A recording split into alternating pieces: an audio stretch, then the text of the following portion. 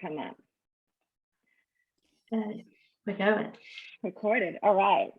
So, okay, we're live and open. It's now broadcasting. Yes. Yay. Fantastic. Okay, so I'll just give a very, very short introduction to myself because I just gave a longer one while we were waiting for it to start. So I'm Michelle Dixon, and thank you everyone who's here. It's great to have you here. Thank you for your patience while we've negotiated our technical challenges. Challenges always make us stronger. So we are now live and really strong and excited and ready to go. So I am a body therapist and a trauma relief specialist, and I work on the intersection of emotional healing and coaching. So helping people release trauma from their body, from their memories, and then also create the life, create a life that lights them up, as I like to say.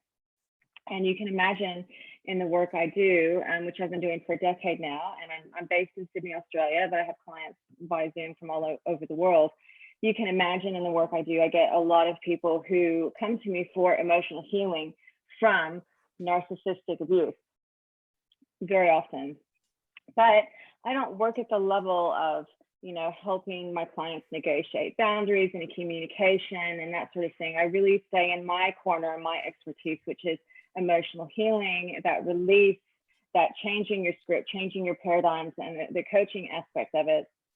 But I've noticed, especially over the past year, that I've got lots of questions from my audience about how to deal with things with their abusers, with the fallout from the abuse, from their community and so on. And so I sat with it for a while, and I was like, I can't really answer these questions, but I'm sure there must be some, there must be an expert who can. And I had this idea that I would approach. I thought in my mind, I'll just find one expert who can fill in the gaps of what I know, and we can do a webinar together and they can answer the questions. What a fantastic idea.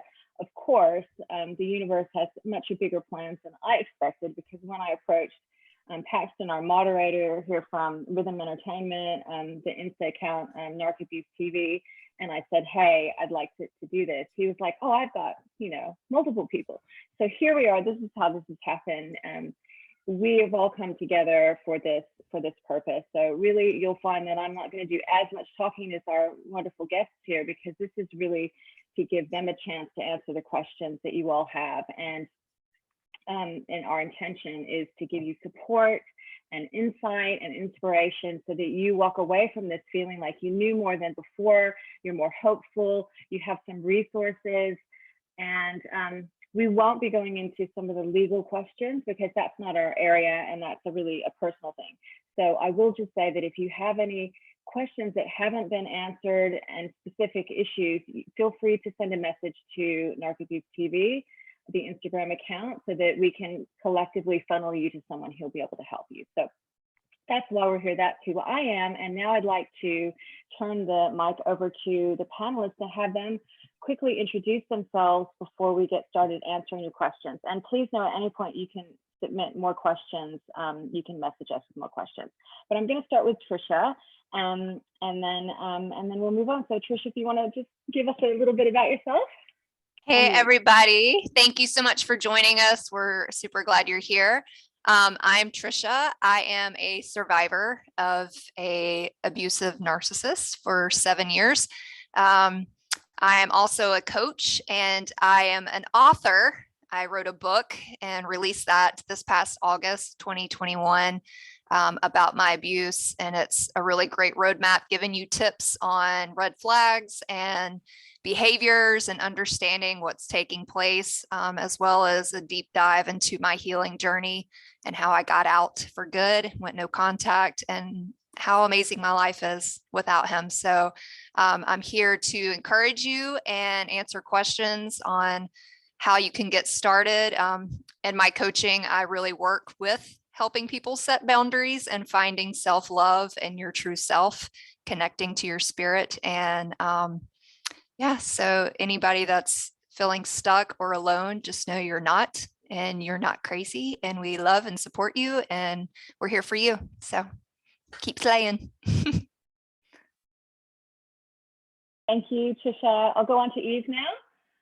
Hi everybody, my name's Eve Bradley and I am an abuse recovery mentor. So I specialise in working with people to break trauma bonds and to reclaim your identity. So I'm really focused on developing a healing pathway that is absolutely right for the individual and the individual's experiences.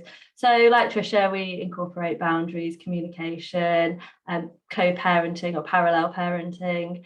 And yeah, really coming back to ourselves, connecting with the divine feminine and masculine energies to promote a lot more balance in life. So that is what I do. I also bring people together in a survivors network and bring people together to talk and to share. And because the shared compassion that we find in this community of survivors, once you tap into it, that is the absolute lifeblood to get you through this process.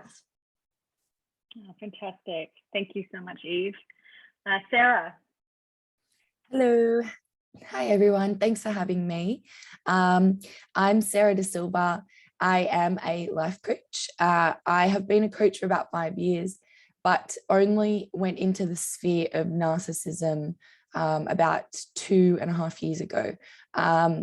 I was narcissistically abused by my parent, but that also went into personal relationships, which caused a lot of strife. But then I found my way, and now I'm helping people through my pages, my personal social pages. But the main one is Heal the Mum Wound on Instagram. I have a coaching program in which I help people to gain back their identity, figure out what it is that they really want and create the life that they want. But, you know, there's a bit of a process that comes with it, with the realization that we've come through a bit of a journey and a bit of a traumatic experience. So I help with that, not only that, but also with the other side of figuring out what you really want, because sometimes when we go through that whole process of healing the trauma, we don't really know who we are or what we want. So that's the big part of it. And yeah, I guess that's it. Thanks. Yeah, thank you, Sarah. And Anushka. Hi, everyone. So I am a psychologist practitioner, and I think a lot of people know me from YouTube. I started making videos all about educating people on narcissistic abuse, and that obviously has grown over time. So I work with people to self-generate. So this is a lot of you who have gone through narcissistic abuse but are like on the other side now, and it's kind of like, what do you do? We've gone through this, we know what narcissism is, but I help people to empower themselves to get past this abuse and learn how to connect to ourselves and grow from that. Great, thank you so much. So excited to have all these women with me today. Just listening to it, you know, it's really inspiring, actually, everyone's personal journey, and I'm sure we'll learn more about that as we go on. Just a quick note to emphasize that, you know, she probably got from Sarah, who mentioned her parents. So narcissistic abuse can affect any kind of relationship. And that was actually one of the questions, is it just about a love relationship? Absolutely not. We're here to talk about any form coming from any direction, friends, family, you know, anything. And I think with that, we're just going to get started, because we do have a lot of questions, and I'm excited to hear the responses and to have the conversation. So I'm going to begin, and we'll do it in the same order. So I'm going to start with a slightly more general question that I've got, and obviously I'm reading some of the questions, but you know, those of you who submitted them, these are completely anonymous, obviously. May I ask a favor before we start, my friend? I'm going to ask, there are two individuals here that we are happy to be here, but we don't know their name, but they're under the name of Michelle Dixon and Sarah De Silva. Right, but those are actually our panelist names. We just need a favor. We need you, before we end up having to remove you from the show. We don't want to do that. We want you to let us know who you are and rename yourself so we can know who you are, because if not, we'll be confused. We won't remove you. That's not what we're trying to do. We just need you to rename yourself, because we already have a Sarah and we already have a Michelle. So we want to make sure to have you rename yourself. Just make yourself or move yourself to being an attendee instead of a panelist, because that will create a problem. We'll end up having two Michelles. So just give that some thought. If not, we'll have to do something back here on our technical end, but we just want to make sure that our panelists are the only ones with those particular names, so there's no confusion for the rest of the audience when we say Michelle or if we're talking to Sarah. A beautiful introduction. Any other thoughts? Anybody else? Yeah.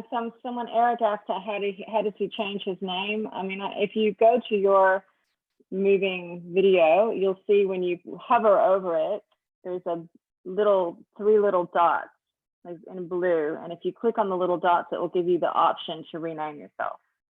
So if you see those little three hamburger dots at the top, just go ahead and do as Michelle Dixon #1. I want to say, where's Michelle #1 talking to Michelle #2, and okay. So thank you for working with us on this to rename yourself. If you go to do just as Michelle highlighted, and the same thing for the Sarah De Silva, you both have your cameras off. We need to make sure we clarify that you're going to go ahead and do that. Oh, thank you, Eric. You're the bomb. Hold on a second. Let me see if I can. Let me see. It may be that the other Sarah De Silva doesn't know that that's we're working on that's it. what her screen name is. we got a campground over here of people trying to see if they can do it for them. But hey, thank you so much. I truly appreciate it. Yeah. Cool. All right. All yours, Michelle. Yeah, and just if you want more support with that, just type in the chat, and yes, someone can help. All right. So without further ado, I'm going to start with this general question because I think it represents what so many people are dealing with. So here's the question. Hi, how do you recommend dealing with a situation where a family member who is narcissistic, manipulative, and has a personality disorder tries to turn others, even relatives, against you? They don't actually tell you they've spoken to them, but you can tell by their changed behavior towards you. Do you share your experience with the family members? But then it can escalate and bring trauma back into your life. It can re-traumatize you. The gossip mill takes off and you just want to move into a more positive phase of your life. You feel like you're somehow playing into their hands. Also, what if you're, and I'll leave that question with that. There's a second part to it, but we'll leave it with that. I'm sure all of our panelists are very familiar. We'll start with Trisha, if you don't mind. Where do you even begin? Right. So actually, I have firsthand experience with this. What I had to do and what I highly suggest is, again, to make those boundaries clear with your family members or whoever this person is speaking to out of turn behind your back. I wouldn't get into a debate with them. I know it's really hard to check your ego and not want to defend yourself, but that is giving the narcissist supply, whether positive or negative. Just don't even go there. Just state with whoever you're speaking with, like how you feel. It makes you uncomfortable.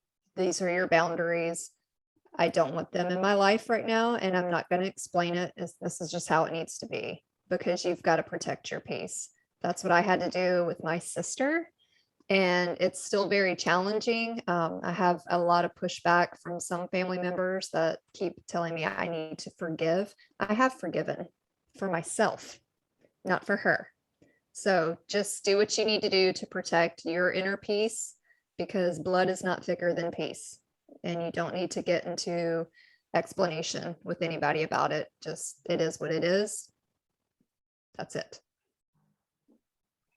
Yeah, I'm just going to absolutely agree with Trisha. You know, developing boundaries is a difficult thing to do at first, but once you get into the flow of it, once you start to learn your own personal boundaries yourself and kind of test them yourself and know when you're going to uphold that boundary, how that looks for you, how it feels for you, it becomes a lot easier. It becomes a lot more comfortable. And actually, over time, it becomes really very empowering.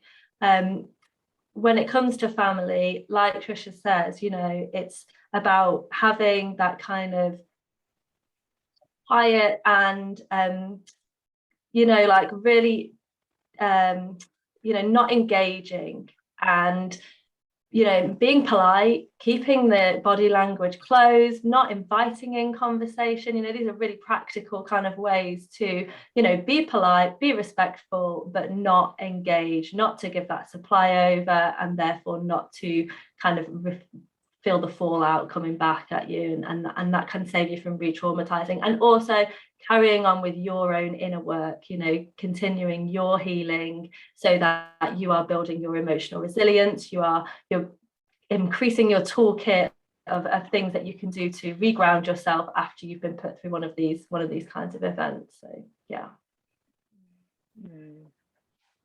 Thank you, Eve. Sarah, do you have anything to add?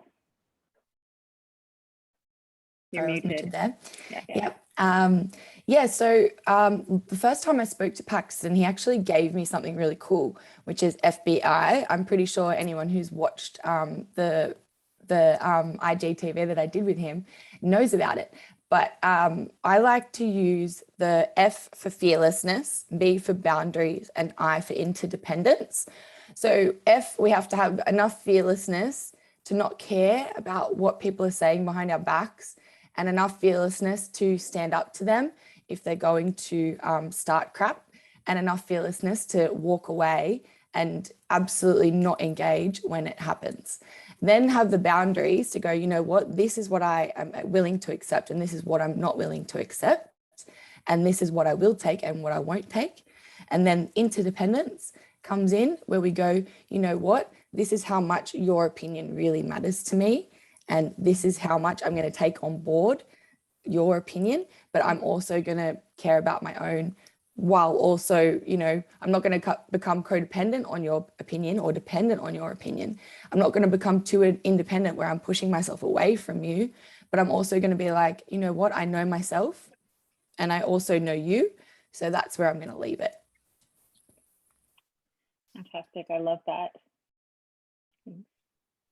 Yes, I agree. Like all three of you have answered that perfectly. I've got nothing more to add, but all I would say is it's really difficult, especially with like family members, because they are your primary relationships, and they're the ones that hurt the most. But you see, we can't change somebody else's thoughts or behavior towards us. What we can change is how we react to it. So it's just as Eve, Sarah, and Trisha have said, you have to not care about, and it is really difficult because it is, like I said, they're primary relationships and they do hurt. But you have to think about your own health, your mental well-being, like at what cost does that really matter what they're saying? So you have to protect yourselves. Remember, we can't change what somebody else says or does, but we can change, or we can protect ourselves from somebody like that. Thank you. Yeah. I wanted to say too, just honestly, like it's empowering to work on yourself and to keep that distance. But yeah, like Anushka was saying, what happened with your audio? Is anyone else hearing the audio? It's a bit crackly. Yeah. Is this better?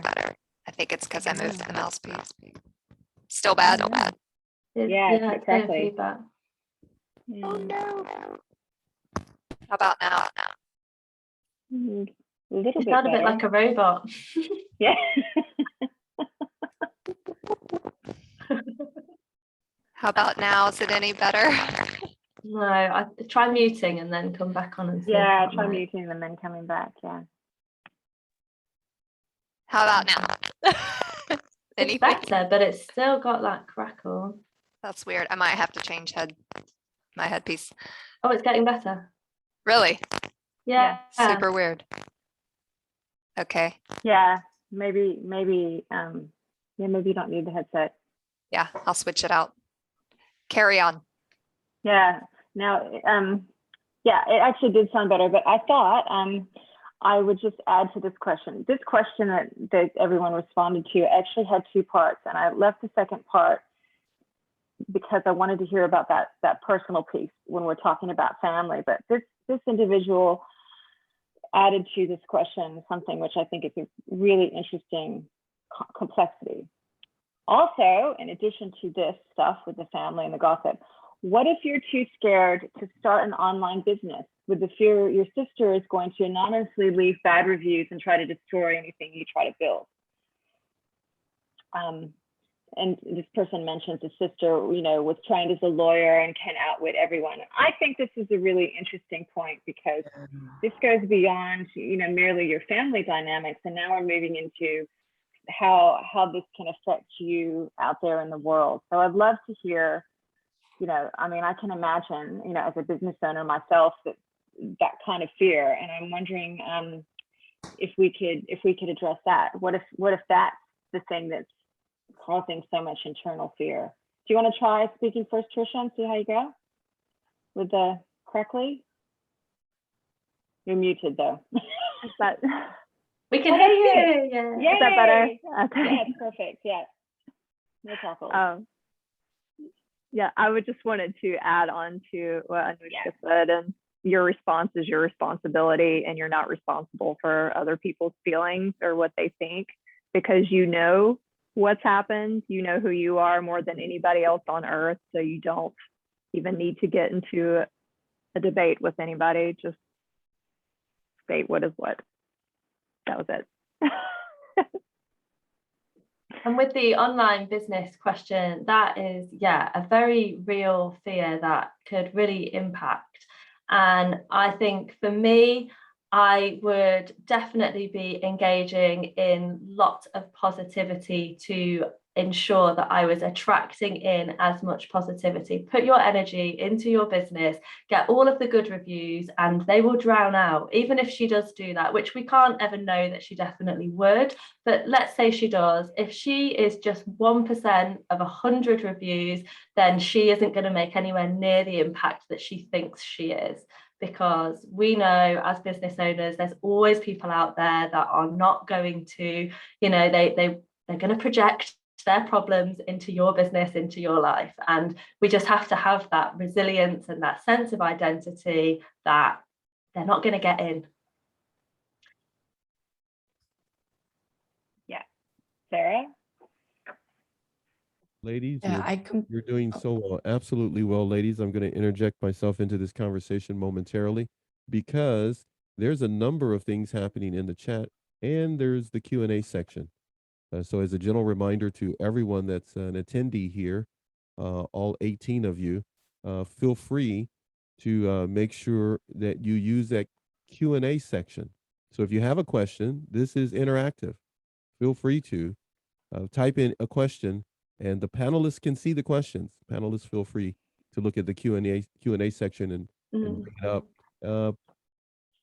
Feel free to interject them at any point that you want to bring up one of those questions, along with the, of course, questions that we already have designated and sent in to us. But as of right now, everyone's enjoying the show, and the chat also is quite busy. Feel free to notice anything that appeals to you there. Thank you, Michelle. Yep, all good. Yeah. So when I first started my business, I was feeling the exact same way. And especially starting a business in narcissism. Well, I was doing coaching before and everyone knew my business. I was working in self-love, but then I started my business in healing the mum wound, and I wanted it to be completely private because I was like, if people I know come along and have a look at what I'm doing, they might have something to say about it. Now I do come across people who have something to say about it all the time. And it actually has taught me personally how to become more fearless in the face of these situations, actually how to deal with conflict and how to feel better about it. So in a way, it was actually a positive experience. And just like Eve said, that there are always going to be bad reviews. If that person is willing to go ahead and take all of time out of their day to do that to your business that you're trying to grow from the ground up, it says a lot more about them than about you. It says a lot more about what time they have on their hands and about how much joy and purpose they have in their lives. So focus on what makes you happy and focus on what you want. That's what's most important. And I think that people can pick up on reviews that are left with malice. I was in the hospitality industry for a long time. And so, TripAdvisor reviews were my nemesis for a while. But actually, you can tell when they're written with malice or if they've got genuine. And, people reading them, they've got their own kind of sense of filters and what have you to work it out. So it's a fear, but not one that should stop you from going for your dreams. Definitely not. Yeah, nothing hurts them worse than seeing you happy and succeeding. Exactly. Yeah, this is true. Do it. Yes, without a doubt. Yeah. Definitely. Yeah. If anyone has any more comments, just hop on. I might move to the next question then in that case. I'll just, I do see we have a question. Let's see. Okay, yeah, cool. We had a question in the Q&A which Trisha answered. Awesome. I'm going to get onto this question, which I know because I believe this person might even be on the call. So this is a question about elder abuse. So I'll read it out loud. Hi, any advice regarding a highly manipulative and controlling sibling undertaking elder abuse and succeeding in destroying relationships between the parents and 3 other siblings? She lives with them. I think she lives with the parents, along with her primary school-age children, and hasn't worked for over 10 years. She's on disability and says she has PTSD, but my counselor says she sounds narcissistic, someone with a personality disorder. She's very angry and bitter about how her life has turned out. She likes having my parents run the house, and she doesn't like housework and has a sense of entitlement. Okay, so I think you get the gist of this question. Concerns about relation. It's a little bit like the other one, but I did want to speak to this because I believe this person might be watching. So yeah. Anything to add to, it's probably all related, but Trisha, anything specific to say about that one? Again, very similar to what I said earlier and my situation completely. Are you talking about my sister actually? It's very difficult. It's really painful, but again, you have to stand up for yourself. And I would say, honestly, in a loving, compassionate way, offer support to your parents who are having to deal with it. It's nice that you have some separation because you're not under the roof with them. But, there's a difference between being compassionate and enabling somebody to continue. So, I would encourage your parents to set some boundaries and, maybe have like a little come to Jesus where they say, in this many months, you need to get your own place or find alternate, arrangements, because it is very exhausting and unhealthy for everybody's mental, emotional health. And yeah,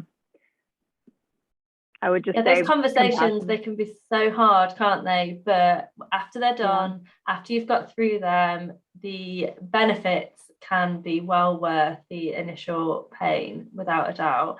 And those conversations, they can be really, really difficult. But if you can be clear with them, clear with what your objective is before you're going into the conversation. So if you're clear with what you're working towards, often your brain will naturally take you in the right way to do it. And actually doing them gradually, often we find that we need to sit down and have great big heart-to-hearts, and they have to be really loads of points, but actually we will respond much better to dealing with one thing at a time and seeing it as a long game, and working through some of those concerns gradually. And then before you know it, you've all got better boundaries, you're all working together better, and she's not getting as much out of the situation. But keep educating yourself about narcissistic abuse, because then you can spot the tactics, you can begin to preempt them, what's coming next, and that takes the sting out of so much. I wonder if the parents in this situation also experience that they're being abused, the elderly parents, Okay, Or so if it's- Camilla's just popped in the chat box. Okay. My parents just Yeah. want peace. They won't kick her out because she has a Okay. son. They don't Fantastic. appreciate when I turn a mirror to them about what's going on. My mum has become an abuser against me under my sister's influence. So it sounds like the mum's taken on an enabling role in that dynamic, and that can be very difficult. I'll pass over to Sarah. Do you want to? I was just going to say I can add to that for the enabling part, because I'm personally in a similar kind of situation. My mother is the one who's the abuser per se, and my sisters my younger sisters have a disability and they live with my mother, and I want access to my sisters, but my mother isn't allowing it. So the only access that I do have is via FaceTime. So I'm allowed to talk to them via FaceTime. And when we were talking, when you were reading out the question, a few alarm bells rang for me. It was like, you're trying to do something for people that still kind of have their own free will and choice in this situation, but at the same time are being manipulated by someone else. And it's really tough because you're trying to help them to see that they're the ones being hurt right now, but they can't see it. So then they do the enabling. Like my sister, for example, says, oh, you really need to say sorry to mum because, you know, blah, blah, blah. But I can't really explain that to her because she doesn't understand what narcissism is or anything like that. So what I've learned to do over time is to do what I can, because there's literally nothing else I can do. I've tried everything, but all I can do is to put my boundaries in place and set my expectations. So my expectations at the first time, in the first instance, was I'm going to get what I want in this situation. But then I realized I'm not going to, because this person is going to hold their position very, very strong, and they're not going to. They're going to do everything possible to not allow me to get what I want because they know that's what I want. So when you set your expectations that you're not going to get what you want in this situation, it actually removes a lot of disappointment. It makes you go, okay, well, I don't have much power here. And then you decide to do what you can when you put your boundaries in place and you go, well, this is the relationship I can have with them, and I'm going to find happiness and peace with that. And I'm not going to push anymore with the other thing because that's what's making me unhappy. I just want to add to that. Camilla has written, I feel sad. I want grandparents for my own son, but my psychologist has told me to walk away.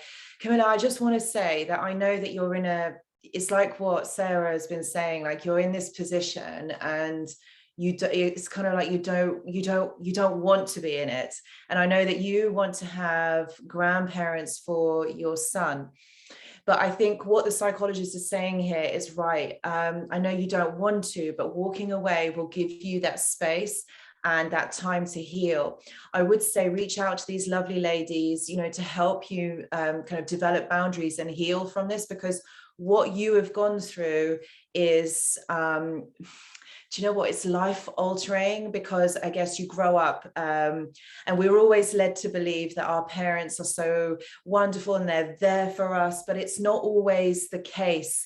And we have to recognize that. We have to stand up for ourselves. And that's why these lovely ladies, Eve, Trish and Sarah, they deal with and working with boundaries. So I would reach out to them as well. But walking away will help you to give you space and time to recalibrate and just think about this. And do you know what, Camilla? It doesn't mean that this has got to be like this forever. It's just for the time being. But you need to get strong in order to deal with, you know, with your parents, and your son also teach him these techniques too. Putting space between you in these situations can be really, really powerful. And like Anushka says, you know, it doesn't have to be forever. The decisions we make now, they don't apply to the rest of our lives. You know, taking 6, 12 months, even 2 years to kind of step back, to really focus on yourself and then come back at this situation from a new angle. Things have changed, the dynamics moved on, you know, and you might find that the results that you get are much more in line with what you want for your son's future. Yeah, thank you. I'm loving all these responses because it's so in alignment with how I work also with emotional healing, which is this idea of walking away. Is this also also part of that walking away is giving yourself some time to kind of raise your energy and increase your positivity and increase your self-love and raise your vibration, if that's your language. And it's so important, because what I see again and again is it's this idea that, I think it's the Einstein quote, that, you know, we never solve problems at the same level at which we created them, you know. And the idea is that the space you're in when there's strife and struggle is not the same space that you're going to be in, and it's not going to have the same outcome when you're in a place of self-loving and, you know, and you're more even. And I think this is a great takeaway for everyone. And I think it's something that I'll mention again kind of as we go throughout this discussion, but this idea that it's so important to find ways to nurture yourself and increase your positivity, because the flow-on effect from that is so massive, even in these relationships, which you can't control. You can't control all relationships, but just by holding a different energy and vibe within yourself and radiating that positivity, you'll start to see that reflected back to you in your life. So that's so important. I love that message, everyone. Definitely. That's so true. Yeah. I'm going to move on to a relationship question, because this is one that I get so often. I would love for you to give your followers advice about how to stay sane and healthy while going through a divorce with a narcissist. Okay, and you have children you share. In this particular situation, the narcissist is charging the healthy parent with parental alienation. I'm not sure I understand that, but I think we all understand the concept that the tables have been turned, right? They're trying to separate, and the narcissist is claiming that the same person is the abuser and the difficult parent. And the question gets very specific, but you know, there are other people involved in this, you know, in a range of capacities, from legal to relationships, which are making this separation completely different. I realize it's difficult, sorry. I realize this is a huge question, and there's so many different angles, but I'd love to get stuck into it a little bit, because how is that? How do you navigate that when, you know, you're not just going through the separation, but then you're faced with this possibility, and I have friends as well who've gone through this, where then your child is spending part of their time with a narcissist, and, you know, and they have to learn how to negotiate that. This is and feel free to speak to any part of that really speaks to you, because I think, I mean, we could probably do a whole webinar just on dealing with a co-parent who's a narcissist, but let's just talk about, how do you deal with the divorce part of that, Trisha? I would just like to say, honestly, you have to understand their Darvo technique that they're doing, which is deny, avoid, deny, avoid, reverse, victim, and offender. And that's what they do all the time, is flip it around on you so that they don't have to take accountability and they can play, oh, poor pitiful me. You have got to protect yourself. And I know it hurts. I know it's hard, especially with children involved. Continue being consistent as that child's safety, their rock, their confidant, and go bury your head in a pillow and cry and scream in a closet if you have to, but continue being that child's rock, because children are smart and they will figure it out eventually. So do what you need to do, lots of self-care, deep breaths, meditate. I can't say enough about meditation. Get outside, connect to the earth, put your bare feet on the ground, and just make sure that you are, you know, taking good care of you and that child, because it will turn. It'll eventually flip. And I know it's hard. Another group you can look into is coercive control on Instagram. I'm actually involved with them and writing all my state legislators to change the laws of what's deemed domestic abuse, because of this very reason and how messed up the judicial system is on allowing these people to get 50-50 custody and harming our children. So sending you lots of love. I hope that helps, but just maintain who you are, keep being you, and that child will figure it out. That's absolutely right. Sorry, go on, sorry, Eve, can I just quickly say, there's a question that's come through on the Q&A. If I could just get the panelists to open that, just to maybe refer to that as you're answering, because it's a specific scenario. So go ahead. Oh yeah, so I was just going to say absolutely what Trisha says about, you know, really developing your relationship with your child, being consistent, being clear, giving them a safe space to be able to talk through their experiences. With my own children, well, my oldest daughter's 7, so my youngest is 1, so I don't have conversations with her. Well, I do, but she doesn't really respond. But yeah, my elder daughter, we talk about these kinds of behaviours, but not in relation to people that she knows. So we're picking up on it on the television, we're picking up on it on storybooks, we're talking about boundaries, we're talking about respect all the time, but we're not relating it to people that she knows. And she connects the dots. You know, she can pick out these behaviors in people that she does spend time with, and then she's starting to relearn her own resilience, her own boundaries. We're practicing about that. Definitely learn about how narcissists approach the legal system. There are lots of really brilliant books and resources out there with regards to going through the court system with a narcissist, because it's like a chess game. You get a couple of moves ahead, and everything, like I said a bit earlier, the sting gets taken out of it. You actually begin to be quite empowered in your understanding that they are that predictable. Get some legal representation that really understands this as well. You know, trying to educate a legal representative or an official isn't possible. So working with people that already know what this kind of personality is like and what they're likely to experience is another way to kind of arm yourself and get a better result out of this. But my heart goes out to you, because it is so difficult when our children are involved, because they're our babies and we want to protect them from the nasty things that go on in the world, and it's very difficult when that's their parent. Yeah, so to add to that, I completely agree with Trisha and Eve on that your children are the ones who will pick up the behavior. Personally, being a child of a narcissist, it took me a while to notice. I didn't have anyone else going, you know, what, your mum's a narcissist, but I picked up that something wasn't quite right in their behavior. I was like, this just doesn't seem right. No one else acts like this. Like, this is just, why don't they hear me, or why don't they like listen or have empathy? Like, your child will eventually start going, there's something not quite right here, and then they'll start to learn. And like Eve said, if you're picking up on the behavior and not directly relating it to that person, they will pick up that behavior is directly related to that person themselves. They'll make the connection themselves. And in the development stages of children, they will have a period of picking up everything that comes around them up until about the age of 7 to 10. Then after that, they come to a stage where they're looking up to role models.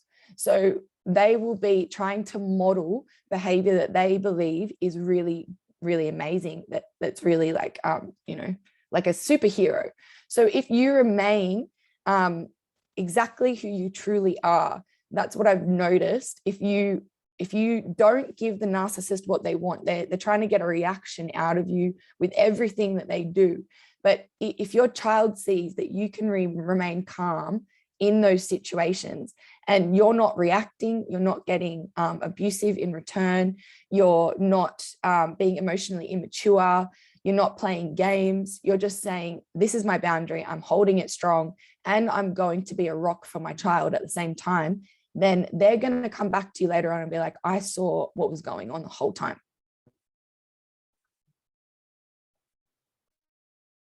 Fantastic. Thank you so much. I see Anushka's already, for those of you, I'm hoping everyone can see the chat, but Anushka's actually put in the chat details of solicitors that are in the UK that deal with narcissistic abuse. I'm so excited to see that. That was one of the things I was hoping for. Some really tangible, yeah, thank you so much for that. I'll make sure that I post that as a comment when we have the recording done for those of you. Yeah. Can I also add, sorry. No, that's all right. Go on, Sarah. It's fine. Can I also add that if anyone is looking for help around those situations, legal help, I personally had a lot of support from a forensic psychologist, because they know a lot about the laws involved with family laws and things like that, but they're also a psychologist, so they can help with the therapy side of things.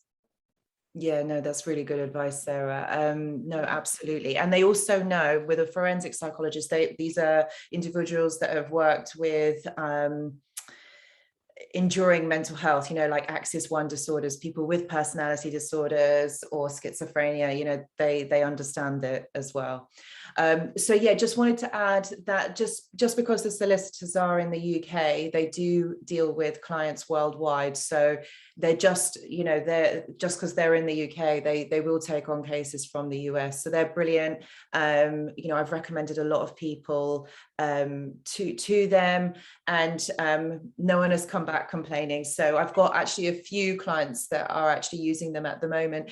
But just going to the Q&A question to the anonymous attendee, I'm sorry that you're going through this, but just like all three of the lovely panelists have said, it is about protecting yourself. And the way that you do that is you've got to remove the emotional side of it now. And I know that is just so tough. And you've got to treat this situation like a business transaction. It is a business. You're basically in a business deal now. That's what's going on here. And what this person is trying to do is provoke you. And what you're going to do is you're going to respond. You're not going to react, you're going to respond. And that's what you do. That's how you get your power back. So you've got this. I know it's not easy, but you just have to change your mindset in the way that you respond to this person. He isn't, or he isn't that person anymore, and they never were. And so this is now trying to just get over that and just change your mindset and the way that you behave towards them. And taking your time and asking loads of questions, but people that can help you, taking your time. there's no emergencies involved in any sort of legal process. You don't ever have to, very quickly we can want to react and get our message straight back, or we want to instruct the next kind of stage of the legal, but very much take your time, be considered, let it sit. I'm always forever writing out things and then coming back to them and coming back and back and back, and then the right outcome comes in the end, once like you say, the emotion comes out of it, then, because it becomes a very logical process. Great. I would suggest as well, all of you, when you're finding that you're becoming really emotional and you're wanting to engage with this like a business transaction, as Anushka said, I think that's a perfect analogy to go into that logical space. The question is, how can we in those moments marshal our own internal resources so that we're able to be grounded? So I would suggest that you find a circumstance in which you feel particularly grounded, and that, usually that has to do with nature. Nature, we know, settles the nervous system. Hugging the tree, being barefoot in the grass. Maybe for you it's a hot bath, but find that situation, and the next time you do it, really become aware, okay, this situation is really grounding me. Now, before you think that I'm suggesting that every time you get emotional, you run off and take a bath, like, sorry, solicitor, I've got to go calm my nervous system. I'm not saying that. It's actually a really helpful process whereby you really become aware when you're doing something that's settling your nervous system. You go like, oh, okay, I'm noticing that this standing on the beach, standing near a tree, doing this, it's calming my nervous system. And in that moment, give yourself like it's from neurolinguistic programming, but it's very helpful. Give yourself a little tap or somewhere so that you can remember this feeling and ground it in your body. So let's just use the shoulder as an example. You're finding your happy place. You're like, okay, here I am. I'm really calm. This is how I wish I felt when I was dealing with ex or parent or whatever. Give yourself a little tap on the arm and imagine that feeling grounding in your body, and give yourself the suggestion. We're our own best allies, after all. Give yourself the suggestion, okay, when I'm in this situation where I'm overwhelmed, this is going to remind me how it feels to have this bath done barefoot in the sun, whatever, right?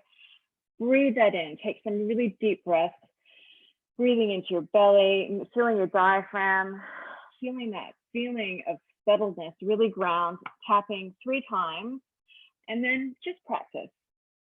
The next time you feel yourself getting wound up, step back mentally for a moment, give yourself that tap and remind yourself. It sounds really so simple, too simple to work, but it can really work. And as with everything, the more you practice this, the better you become at it. Absolutely, without a doubt, it works. It really works. Yeah. Take it from us, it works. So somebody's just popped in the chat. It's hard to accept when a narc is a sibling or a family member who has gaslighted you always. And you're right, it's hard to accept narcissists even exist, let alone that they exist inside our family, that they exist inside our personal relationship circles. And they do feel like sometimes they are everywhere.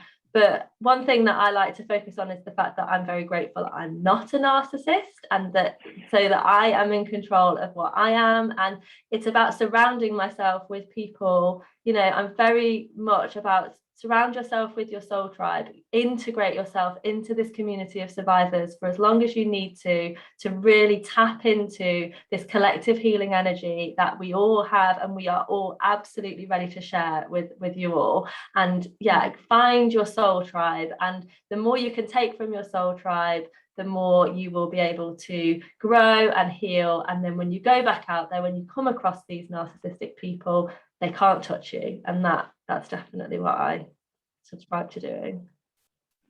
Yeah, fantastic. Yeah, absolutely. I just want to answer this question that we have from Anastasia, how to say, but she wrote this question in the chat: how to start going back into the other world after narc abuse. I see everything through this narc non-narc lens.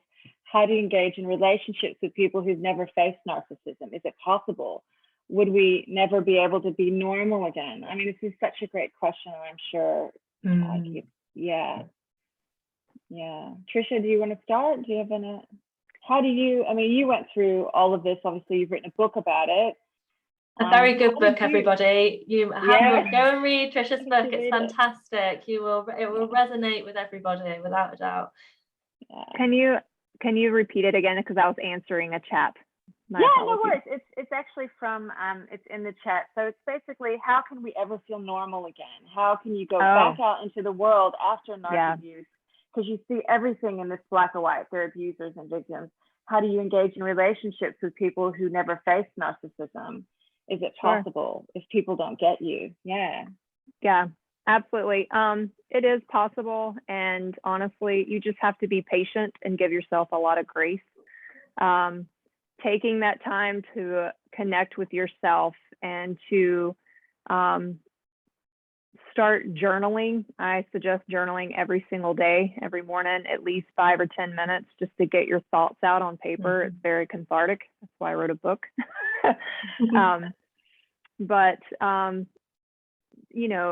Being able to take time for yourself, and exercising your right to say no, and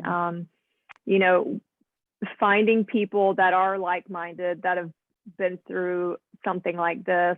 Support groups are incredible. I was in one. I'm still in it because I love them. They're my family. It's Narcissistic Apocalypse. And Brandon is the host of that, and he's precious. He's based out of Canada.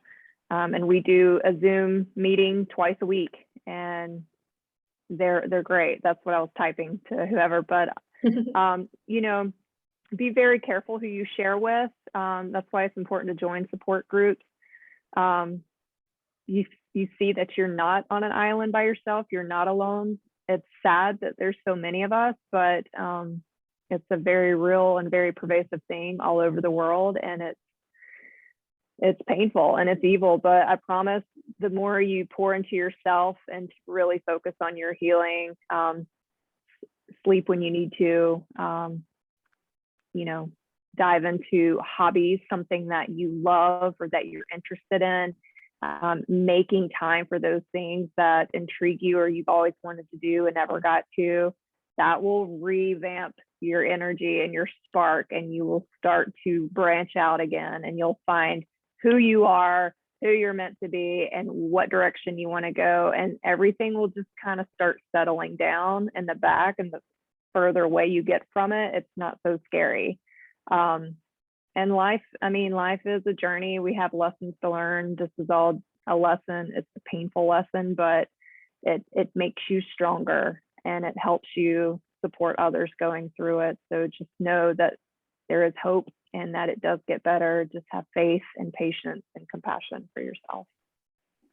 Absolutely. And keep doing all of those things. And one thing that I get asked a lot is the question, how can I ever trust anybody again? And I always say the question is when you can trust yourself again. And by doing all of those things that Trisha has just said, you know, really diverting your focus back onto yourself, onto what, you know, is authentic for you and really lights you up, like Michelle says, that's when you know that you've got these strong boundaries, you know who you are, you know what you're looking for in a person, and then it's not a question of whether you can trust other people. You trust yourself, and you know that you will say no if it's not the right thing.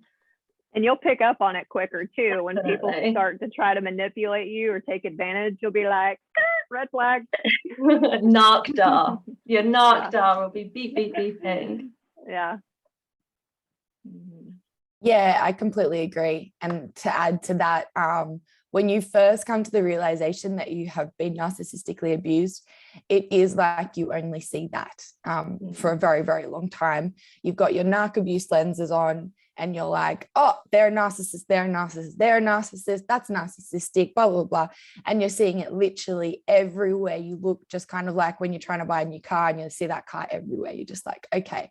And you start to get confused. I personally was confused. I was like, is this narcissism or is it not? And I was talking to my partner about it, and he started to get a bit, you know, like he started to get bored by it, because I was just like, this is all I'm talking about all day. Like, I can't believe it. This is just such a massive realization. And it was a huge part of my life for about 6 months. I was literally like, everything in my life was narcissism. But that's because it was like waking up from a cult. It was like waking up from being brainwashed. And it was like, oh my gosh, this is like golden information that has been missing from my life. So yes, it's very normal that you're going to have your narc abuse lenses on for a very long time until you start to settle. And what I like to call it, they call it, I'm personally a cancer survivor, and in the cancer survivor community, they call it a new normal. And I call it a new normal in this situation as well, because it's not like you're going to go out in the world and be the same person you were ever again. Like, you're going to be this new person who's much stronger, who's actually got a superpower now, who's able to see who is going to be manipulative or who's actually a genuine person. So rather than see it like, oh, I can see all the narcissists now and it's really bad, try and use a reframe, which is an NLP technique, which is flip it on itself and say, you know what, I'm so glad that I can see the red flags everywhere now, and I can see who's actually genuine. And I take so much pleasure in meeting genuine, good people that don't have any of those red flags. You know, it's really reassuring to know that they are out there, and everyone comes into your life at the right time for you.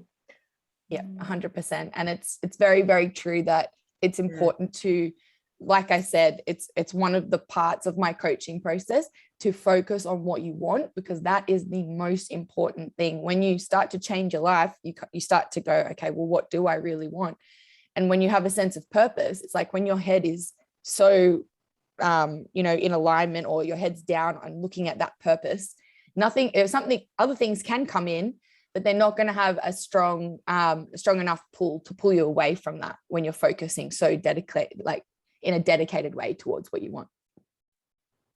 Yeah. And the other thing too, I'd like to say is, honor your feelings, those emotions, especially like you need to get those out. Don't stay in it, but honor that. And if you need to cry, cry. Like, your body needs to process it and get it out. And I mean, I'm sure Michelle could speak on that, but your body holds on to trauma in the cells. So you've got to work it out and allow yourself to purge it, because it's not serving you holding on to that. So yeah. And to also Anishka, did you want to add anything to that? I just noticed your mute was off. Oh, yes, thank you. I just wanted to say that the reason why we, after we've gone through narcissistic abuse, and we are a lot more aware because we are a lot more kind of emotionally vulnerable. So when we have been traumatized, we're naturally drawn to that. And that's exactly what Sarah was saying. Yeah, we're drawn to it. We notice it. But that's because our perceptions have changed. And like Trisha was saying, that, you know, the trauma is stored in our body. And I was thinking, maybe Michelle, maybe you could kind of say to us, or kind of advise us what we could do in terms of trying to get that trauma out of our body. Like, what would you do if somebody came to you and said, like, I've been narcissistically abused? What do I do? Help me.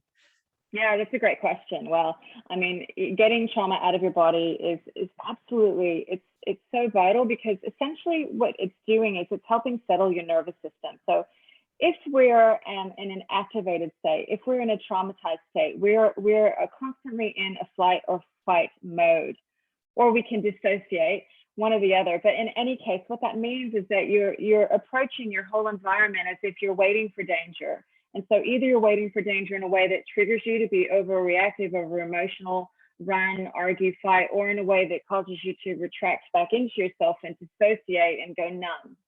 But in any case, the result is that your nervous system is unsettled, and you need to settle it, because the healing work, the coaching work, all of the things that all of these wonderful women do, they will be more effective, and you'll be more receptive to them when you're not constantly in this vigilant state. So settling the nervous system is important. How do you do that? How do you release trauma from the body? Well, it's a very individual and personal thing, because we're all very different in terms of what we respond to, what works for us.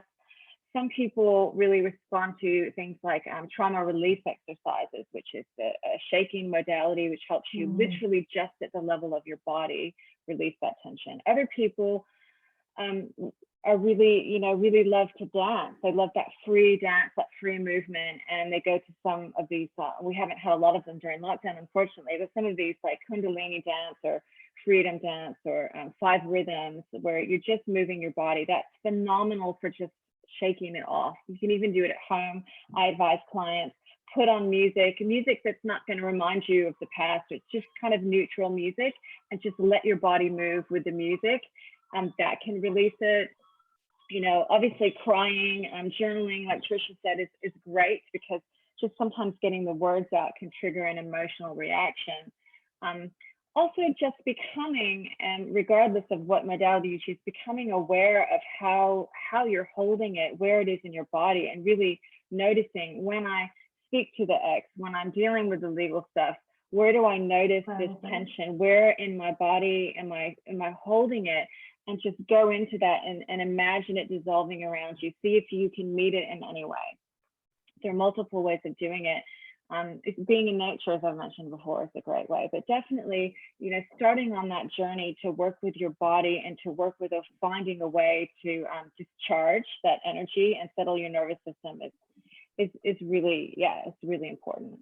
It's really important. And I can give everyone more resources as we go on. I have a little program that's a $37 program called Releasing, basically releasing trauma from the body, and it's an online program that is just focused on that. It's like 100% about just working with yourself in your own time to release trauma from the body. But I will pop some more resources in the notes for the show afterwards. It very much follows a similar approach to the way that I do the breaking the trauma bond, because the initial breaking of the trauma bond and getting those kinds of thoughts back under control, and that are not kind of leading you or consuming your life, because when you're in that trauma bond, that initial phase, it can be very difficult to even see that it could be possible for you not to wake up in the morning with this person on your mind, not to go to sleep, not for everything to remind. And everything that we've been talking about, the technique I use is act, release, divert, and that is actions that are going to really kind of activate the other parts of your brain, which are not the fight, not the reward pathways, not the amygdala, not the survival parts of the brain, the parts of the brain which are to do with storytelling and the things that really help us to resolve our emotional trauma. And then the release, like you said, journaling and engaging in creativity and communication and, you know, meeting people. And then the divert, which is that bringing the focus back onto yourself, back onto your purpose, back into alignment with who you truly are. And in doing that, you can move through this process and get to the light at the end of the tunnel, which is absolutely there. Yeah, fantastic. I'd like to speak to one of these questions I've got in the Q&A. It maybe been answered, but Howard posted a question about, you know, kind of like, how do I sum it up in a way that's relevant to everyone? He's saying, you know, like, you know, this, no one in the community knows how manipulative my ex was, basically. And it sounds like, Howard, and I'm really sorry that you're going through that. It sucks to be in a situation where you know that you're the good guy and, you know, this person manipulated and lied and has turned people against you. But I want to speak to something that answers that, but it's kind of a little bit more general, which is, how can you all support people who become in a really destructive way, kind of in a holding pattern of being upset about, you know, the fact that, you know, everyone believes these things that aren't true, and, you know, you're the victim, and people see the person who's a narcissist is just so wonderful and social and witty and charming and engaging, and not you. I mean, I ask that because I see it a lot in my work, not just for this situation, but for any kind of abuse and any kind of emotional crisis. It's easy to get your thoughts wrapped in, this shouldn't have happened, it's not fair, I can't believe it. And we can get into, I mean, you know, we can get into the space where it's hard to see the light. It's hard to come out of that. Could we just speak to that? I think it's really important, because at some point, I mean, do you know what I mean? I'm not saying it very well, but I think, we need to find a way to break the thought pattern so that we can not care anymore. And I don't mean that in a negative way, not caring, because it did happen and it's abusive and terrible, and we need to accept that and validate that, but be able to go, okay, that happened, but I'm okay and I'm worthy, and I know that. How can we start that journey?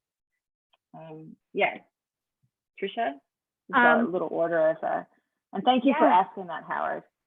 Yeah, I was answering Howard too. I went through that and it was brutal, but honestly, you have to be able to remove yourself from it. They're flying monkeys and people that are helping abuse you by proxy or third party without the abuser directly coming at you. It hurts, especially if you shared a friendship with these people. But you know, anybody that's going to treat you that way is not your friend.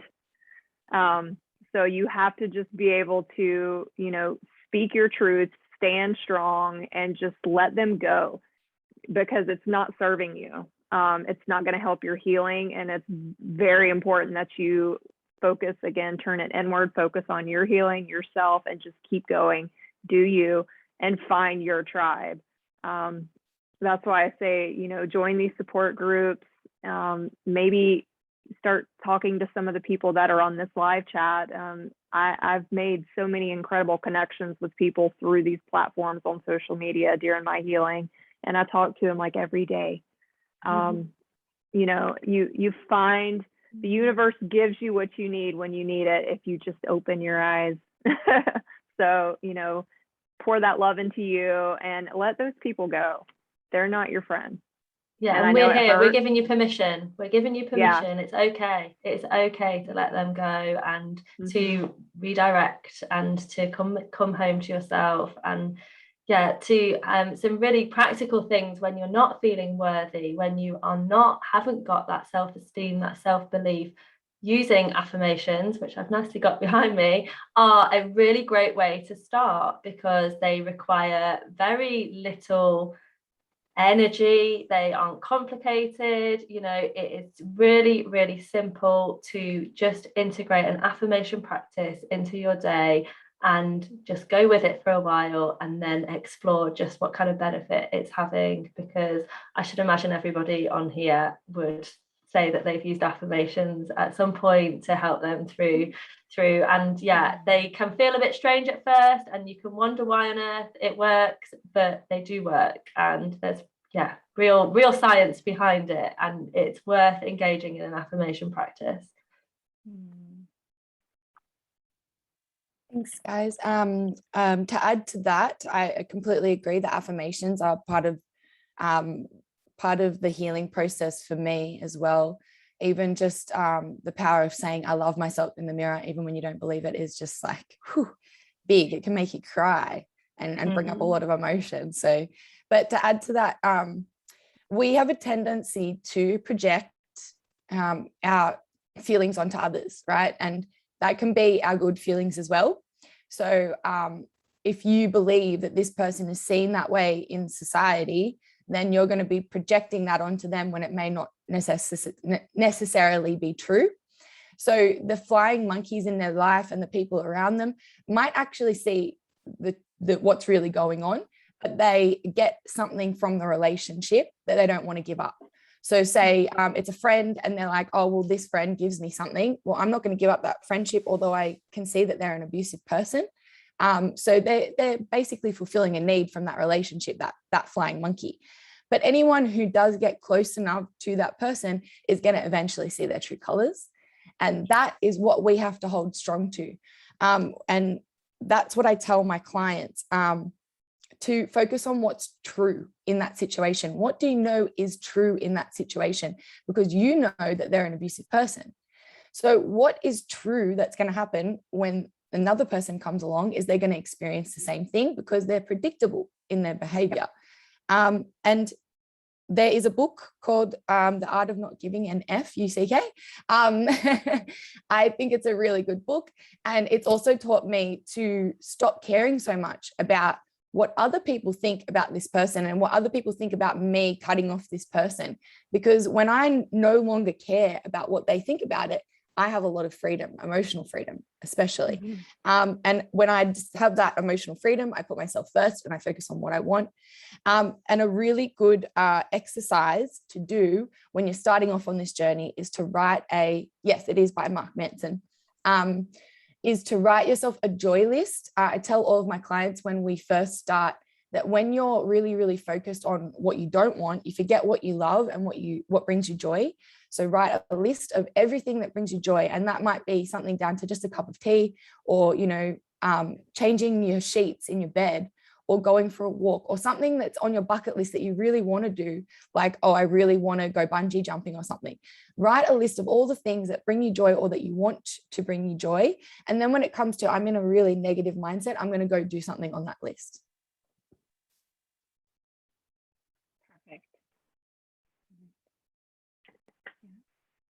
Sarah, that's great advice. Honestly, I would say exactly the same. Flying monkeys, who cares?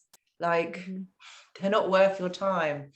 So it's about, just managing that, isn't it? It's like, who cares? Then they're not your friends. They don't value you. And that's what you've got to start doing, is valuing yourself. And I guess this is about boundary work, isn't it? It's about boundaries.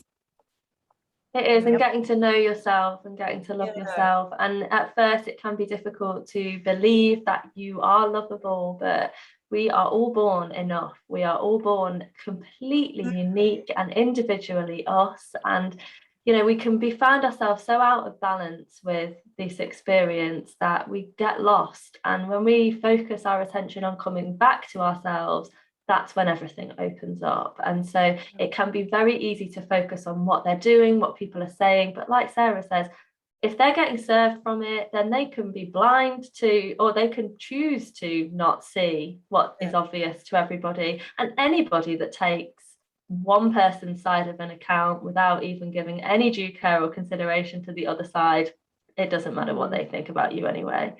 Yeah. I mean, if they're giving them all the attention, good. Whatever keeps them from bothering you, perfect. Yes, exactly. That's exactly right. Done. And that thing about looking at the joy list, I always start with the perfect day exercise, or that perfect that perfect moment exercise, where are you, what are you doing, and really getting clear on where your life could get to if you are really, really clear on what it is that is aligned to you, that is going to bring you that joy. And our brains have a weird and wonderful way of taking us there if we let it. Yeah, it's important to notice, what you're spending your time thinking about, and, to notice, oh, gee, I'm actually spending a lot of time thinking about what other people are thinking about me, and what other, and the negative stuff that the narcissist is saying about me or doing.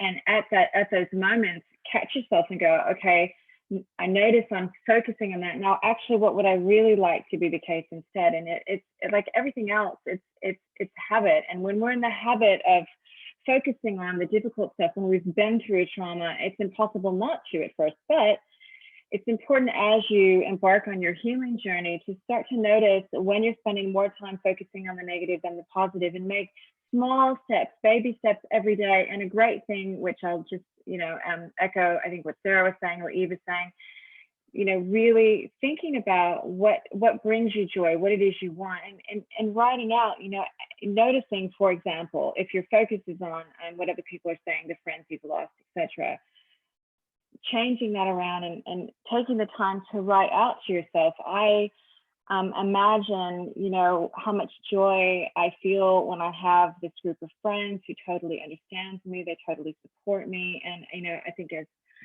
you said, Eve, I forget how you said it, the why, when, making that really tangible and really spelling it out for yourself, and noticing when you get stuck in the negative stuff, getting that piece of paper and going, right, I'm just going to remind myself of what I'm heading towards, the reality that's coming into being, because we all have that opportunity to create that wonderful life for ourselves, right? But to do that, we have to put the time in to, catch ourselves when things are always going to go. There are always going to be times when we, have bad days and bad experiences and negative thoughts, and that's okay. But getting into a habit of learning how to shift yourself out of that is a really important life skill that can take everyone. I think really far. One thing I always talk about is, I find myself talking about this a lot, is that we often try to solve our thought problems with thought solutions. We're always trying to think our way out of a problem, and actually solving a thought problem with a body solution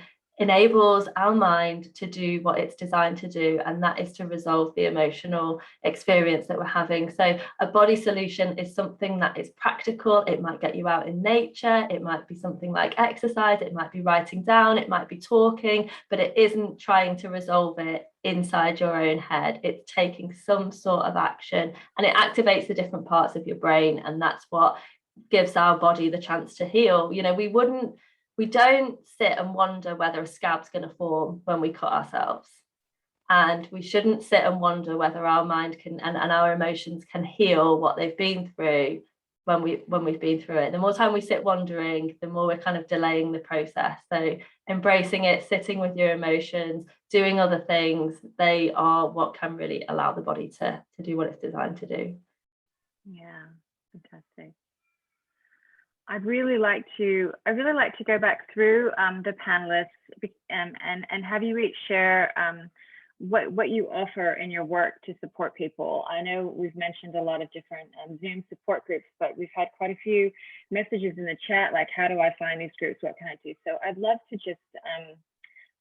for you to share, what you do. And we'll start with Trisha. I know you've written a book. I don't know what else you've got going on. Please. Yeah, I wear many hats. I coach anybody who just needs help getting started, whether you're still in the relationship, you just got out of the relationship. I am tough love. I am all about getting you in love with yourself again and setting up those boundaries.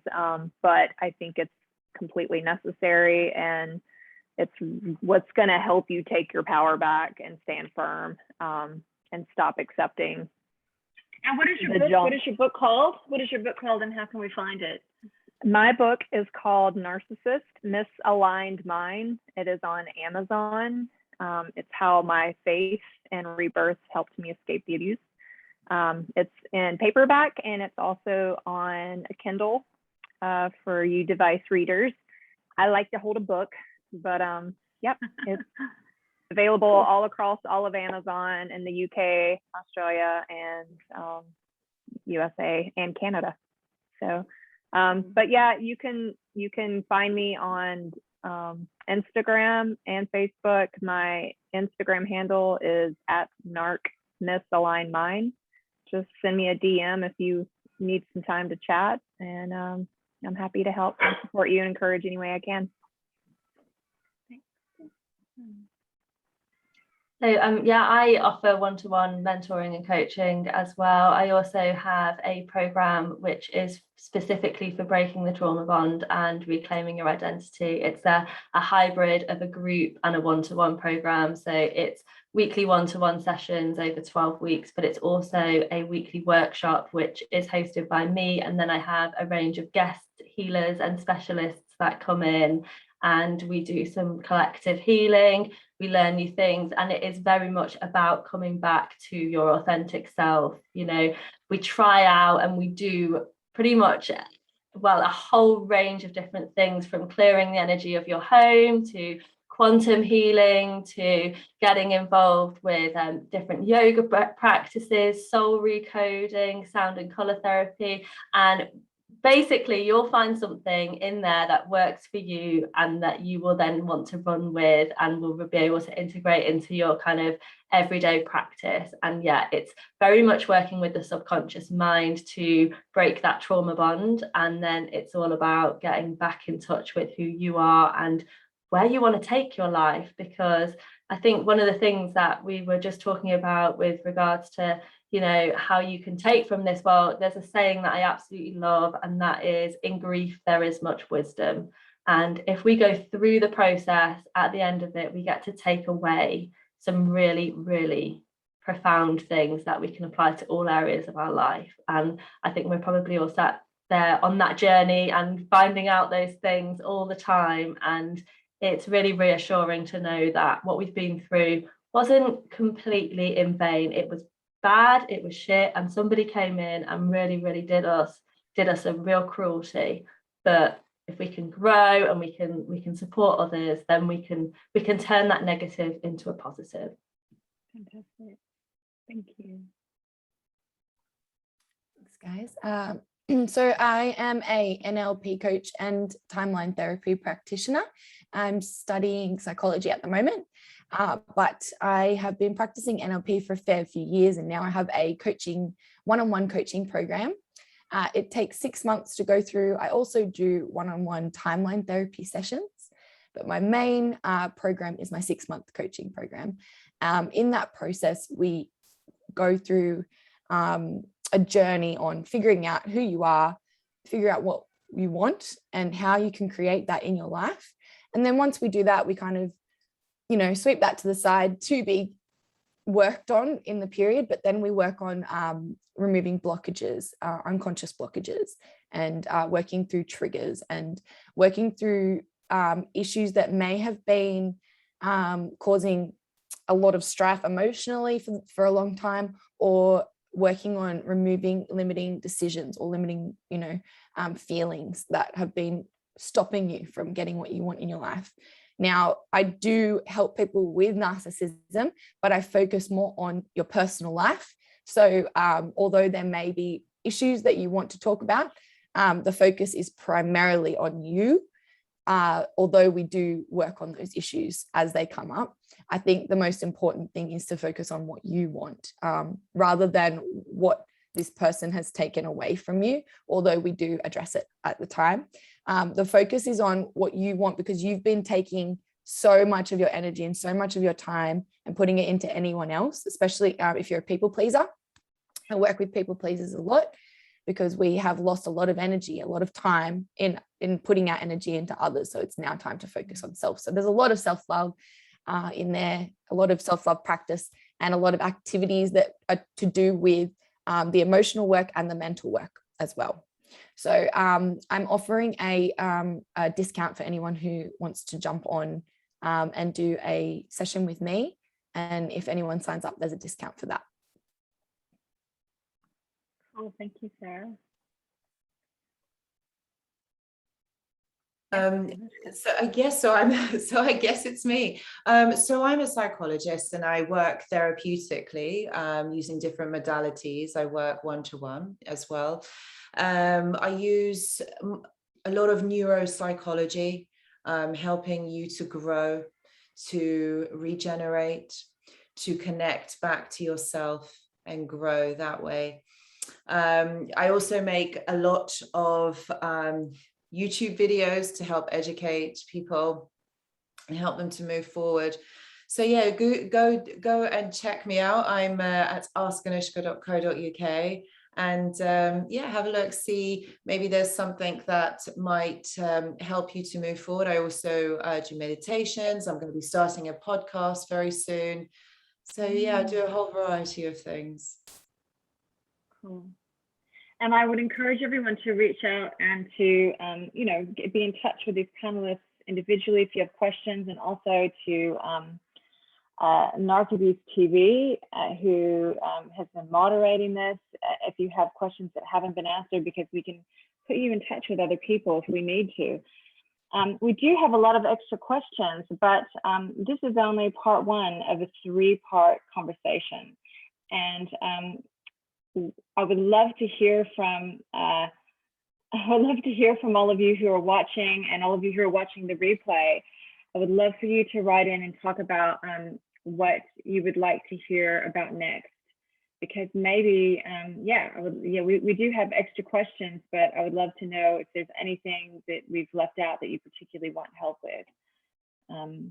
Paxton, what are your thoughts? You just appeared suddenly, our moderator and producer. We can't hear you. I can't. You're muted. You're muted. Oh, here we go. No? We can't hear you, Paxton. Here we go. Oh, yeah. Here you are. I'm talking in the room, and I'm talking to you now for sure, and not the rest of the room. I just brought down the value of the whole screen here, because all 5 of you are exceptionally beautiful people who have, I'm watching this interaction, and it's been amazing. I want to say this. We have more questions than we have time today. Yeah. But we don't have more questions than we have passion to help people, because all 5 of you have that. But like anything else in life, it needs to be regulated. So we can't be here all day, though. If we had the power and that much dynamic energy that comes from the sun and the universe, we would probably do that. So we're going to need to call this to an end. But there was 18, 19 other people that were here. A couple of them are leaving now because they're recognizing we're coming to an end. This is us putting our toe into the water to see what we get from it. We've done quite well. We have done well done to all 5 of you. Well, let me rephrase that. Let's do this. There we go. Not that you can hear it. Michelle, you did really well for spur of the moment being the host. So, I can't believe, aren't you supposed to be doing what you do on your show? No, this is your idea. I just try to make it happen. I am honored to be able to do this with all 5 of you. 2 UK individuals, 2 beautiful UK people here, Anashka and Eve, and 2 from Australia, which would be, of course, Michelle, our host, and Sarah, the fighter. But who keeps us in line? Is North Carolina NC's in the house, just keeping us in line so that everybody gets that little down home cooking and would you say, come to Jesus moment, tell it like it is. I love it. And you were on your best behavior today. You didn't really like start any fights or anything today. Because I was concerned when I was putting the panel together. I was like, Sarah and Trisha on the same panel. Who can I counterbalance that with? And I said, Eve, and Anashka is going to be the person that's going to sit back and go like, okay, everybody, we're gonna relax now and understand. Now this is what we're gonna do, and this is the plan. And then I said, but who could actually be the one, would be the mother hen of everyone, and that would be Michelle. She keeps me in line. Okay, let's just I literally thought to myself, who could keep me in line? I went like, oh, Michelle could. So, Michelle could keep me in line. And so everybody has done well, but I truly appreciate the work that's been done of talking to people in the chat. And the chat just has exploded. Can everybody see the chat? It went from 0 to like 15 and like it exploded. And oh, one of my daughters is here. She's laughing too. We both are, everybody here is watching this, and it's like, what you have done is created an atmosphere of safety, of productivity, but you've made it possible for people to understand their emotions and what they're going through with dealing with someone who doesn't care for them. And you've given them an opportunity to see their dignity and to go out and reach it and grab it and take it back. Some of the things that you said, Sarah, Trisha, and Eve, were amazing. And how you, as a cleanup batter, Anashka, brought it all back home for us to move forward to the next question, and that you delivered quite well, Michelle. An amazing team came together. First time all of you being on camera together. It was good fun. Amazing. Truly, I mean, really amazing. We were sitting here watching this and it was going like, you ladies should do this regularly all the time. So feel free to interact and do projects together. But please, everyone that's here watching this and those that will watch this back later, please come back for an open session number 2 and number 3 of doing this. And again, we just stuck a toe in. Next time we're gonna put more of we're gonna put one foot in, then we're gonna put another foot in, and you got something to expect. You guys can't see my daughter. One of my youngest is back there going, she's doing like jazz hands. You guys are gonna be awesome as we go on. And no, you can't get them on camera because turn the camera around, Paxton. Yeah, Turn it around. I want to see your cheerleading. No, they're shaking it. Hey, your producers. They're not. What'd you say? Did you hear? Say it again. I'm still in my pajamas. They're in their pajamas. You're like, I'm going to be in about 10 minutes. Oh, wait, I just got threatened by the other Me one. too. The other Or I one will just let said, you "I'm gonna off." Get you. They just told me I'm going to get you. I'm in trouble. You may not see me after today because I just outed them in front of this whole thing, but I had to. Listen, they're the behind the scenes. That's why if you see Marie EP on there, that's executive producer. That's why she put that on there. It's like to remind everybody, I'm here. She's running. She was running. She got it all set up, and we are honored to do this. But there are more questions, everyone that's listening and watching this right now. You have no idea the questions. I haven't even told Michelle the questions that I got. So, and then each one of you may have things from your own particular pages or channels or whatever it may be. Many of you may or may not know about Ask Anashka. It's a running series that is very powerful, and a number of other things. She's been making videos for quite a while, which is why I wanted you on the platform, Anashka. You're very good at what you do, but you all of you ladies, I mean, you can't see it. My daughters are shaking their heads. We really were saying, okay, we're gonna throw this together and see what happens. And well, they're doing, how you do that? They're doing the whole heart thing. Whatever, I'm old, I can't do it. So whatever you're doing, Trisha, that's what she's doing over there behind us over here. This worked so well. But everybody else that will watch this back, all of you are going to get copies of this. Yes, I'm still recording. And we're all doing, they're giving me cues of something I got to mention before we go. But we're going to do some things over the next all of us, all 6 of us, everyone that's watching this, we're going to get together and we're going to be really, really, really ready for you. We just put this on and just throw it out to you this time. But there's some things that we're all going to talk about, and we're going to go with number 2 next time, and it's going to be good, and number 3 is going to be even better.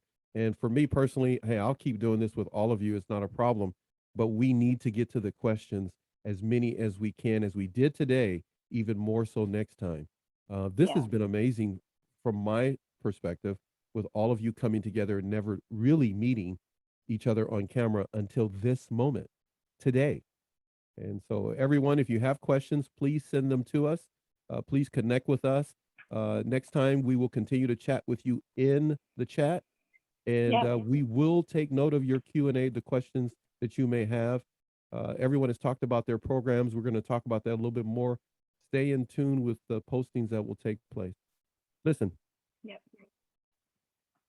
Last comments from everyone, and then we got to go. Michelle, please go first. I know you've all talked and mentioned things before I came on. Just anything you can shrink wrap and say to everybody and how they can reach out to you.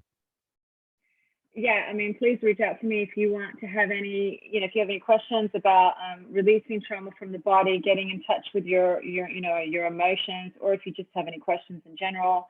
I'm at Michelle Dixon Healing, and thank you so much for coming. I'm just really grateful that we pulled it off. I never thought when I had this idea that it would be this. I thought maybe it'd be like one person from my little audience. So this is amazing, and I'm just really grateful everyone showed up and you're here, and let people reach out to them if they've got questions, because we're really all in this to give everyone support. So yes. You did good. You did really, really well as a host of the show on Sex Notice. You did really well. I deliberately did. I was like, I hope she don't think I'm gonna be here. I'm leaving. So yeah, and Trisha, It was a little unexpected, but that's all right. I know, but you know what? You manage all those homeschooling kids you got over there, and a husband, and all the other stuff you got going on. So hey, if you can give birth to children, you can handle this piece of cake. You did well. You did really well. Trisha, I saw you doing it. I was in my mind. I was going to say, Trisha, have the book, and you ran and got it. I was smiling as Michelle was talking. I was like, please have your book. Hold it up for a few seconds so everybody can take a screenshot and take a look at it. And there we go. That's the book. And your words, please, for everybody that's still here, because look, most of the people are still here. So go ahead. Awesome. Yeah. This is my book. It's on Amazon. Actually, Barnes & Noble's picking it up too. I forgot to mention that in the next few weeks. Yeah. Hey, I gotta do that too. Hold on a second. You can reach me. I put my contact information in the chat. You can reach me on Instagram at NarcMisalignedMind if you want to schedule a coaching session, or if you just need to cry it out. I'm here to listen and validate you. And you can also email me at selfloverecovery910@gmail.com. Sending you all love and light, and stay well. Yeah. And by the way, she really does mean that. If you want to cry it out, that's another reason why I wanted you on the show, because I knew you would. You really mean that, by the way. She's not just saying that, everybody. If you want to go cry out, connect with her. And by all means, Eve. Yeah, so yeah, you can connect with me. I've put my details in the chat box as well. Just keep on going. There is absolutely light at the end of this. We are here for you. You are loved, you are supported, and you are enough.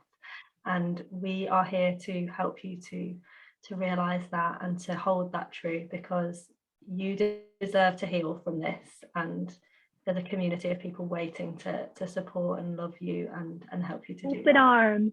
Yeah, absolutely. We are open ready for you. And by the way, if you are at home on a Friday, Saturday, and Sunday, and you want to connect with somebody, especially on, I think you do Friday and Sunday, or I do Friday and Sunday Zoom groups. Yeah, Friday and Sunday and Wednesday Zoom groups. Yeah, so if the kids have been picked up and you're sitting there and you're upset because the narc is a troublemaker and he's got the kids, reach out to Eve. And she has an entire group of people who are hanging out with each other until the kids come back home, so you don't feel alone because your friends are out being stupid and you're trying to stay home safe. You know what I mean? You know what I mean? All right, connect with Eve. Sarah, what can I say about you, man? You're just like, you're Popeye. You're the Popeye of narcissism. You're just like, seriously, that's up a can of whoop stuff, and you just be ready to fight people. I had you on, and my audience blew up. They were like, what is that girl taking? What is she on drugs? She's like pumped up. She's like ready to fight a narc, right? So, go ahead. The queen of Twitter, go ahead. It's because my arms, I move my arms so much. I'm European. Yeah. I'm like always just like thanks everyone for joining. I'm Sarah De Silva. My page on Instagram is Heal the Mum Wound, MUM Wound, and Twitter is the same. There are a few free resources on my Instagram page. There's the Trigger Digger Journal, which I highly recommend for anyone starting out their journey, and some meditations.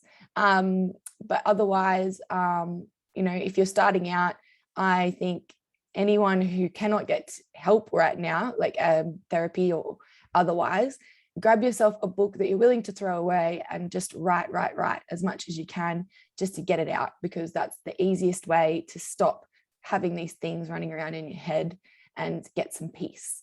And otherwise, know that we are all here for you, and you can send us a DM at any time. Thanks, everyone. Awesome. All of you ladies are amazing.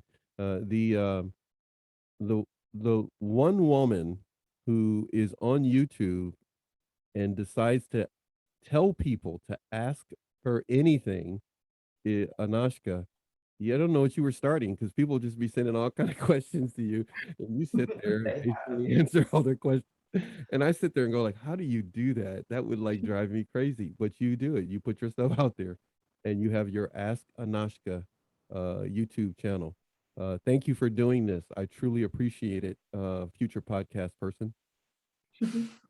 You're very welcome, very welcome. Absolutely, everybody. Well, it's a source of information. It's just another perspective, you know, from someone who has worked with these people, you know, someone who, from a psychological perspective, it's just a different way of looking at it. And also, if you are someone who has gone through narcissistic abuse and you're kind of like at the other side, this is the kind of work that I do. It's all about self-regeneration. It's all about connection back to self, because trauma, you know, separates us from who we actually are. So it's just finding your way back home to who you are. And I'm kind of, I work with people kind of like, to, you know, at the other side of their journey, whereas you lovely ladies work with people at the beginning, not necessarily just the beginning, but people who are working through it. But I kind of work with people more about, you know, taking them to the other side. And there is another side, and there is a side of, you know, recovery, empowerment, and learning about yourself, connecting back to yourself, regenerating. Yeah. Establishing a balance is what I wanted across the panel in itself. And if anybody, when you watch this back, all of you will get copies of this, 3 different copies, an audio, the gallery view, and also the speaker view. You will notice that there you have provided from beginning to end, and you also go one step further, all of you. You also have on your panel Michelle, who talks about the body and ways to work that connection as well. So I appreciate all of you, and thank you for taking of your time. It is nighttime in the UK. It is morning time for you in Australia. And well, you know, you're on the East Coast, Trisha, and I'm on the West Coast. We've made an amazing connection here, all of us. The only thing missing, I think, right now is Canada. So we have made an amazing connection, all of us together. I'm trying to give everyone an opportunity to get their last bit of chat in because I'm gonna unplug, and I don't want anybody to feel like we're kicking them to the curb. But hopefully everyone's gotten the answers that they needed. I'm just double checking there before I disconnect, because we are going to have to say goodbye to you. And I don't want you to think we're closing shop down if you still had some thank yous or some love to send. And everyone here on the panel is sending you love. But we're looking at 3 o'clock here in California, which means that it is 11 o'clock in the UK, correct? Yeah, it's coming up 11. You can go to bed. It's time for bed. You're going to get Yeah, copies it's of time this. for You can bed. edit it Yeah. as you see fit. I'm sorry, you said Michelle before we go? I said it sounds like it's time for bed for our UK. Yeah, it is because people, yeah. For the UK, it's time for bed. I was literally going Aw. to send something to shock Anashka over there so we wouldn't put her to sleep, because I know she likes to be in her pajamas this time of night from our last meeting. I wasn't did, gonna and say I'm it, but not. I had to throw. No, I haven't actually got pajamas on. I have slippers. No, My got slippers are here. on. Definitely got Oh, slippers. okay, But I've not got pajamas on underneath. It's a dress. Okay, all right. I've I not got thought you were gonna pajamas do something else. I was like, no, please stop. It's a family show. Don't. You scared, literally. No pajamas under the You dress. scared me for a brief moment. I was going like, please don't do that. Please don't do that. What do you want me My to do? executive producers are going to fire me. My daughter's cracking up. Wait, I'm a hey, you stop that, professional. Michelle. Yeah, Michelle, don't keep that sweater on. All right. Well, we were all scared when Trisha took off her jacket. I thought it was going to be a fight for a second. I didn't know. We didn't know. So like, What do you think of us? Like, seriously? Listen, I think a lot of things when I don't know what's about to happen. So anyhow, thank you so much. We've all had fun. Everyone here, Thanks, please do everyone. what Michelle says. Tell a friend. Get the questions over to Michelle. Get them over, of course, to anybody here, but mainly Michelle and Narc Abuse TV.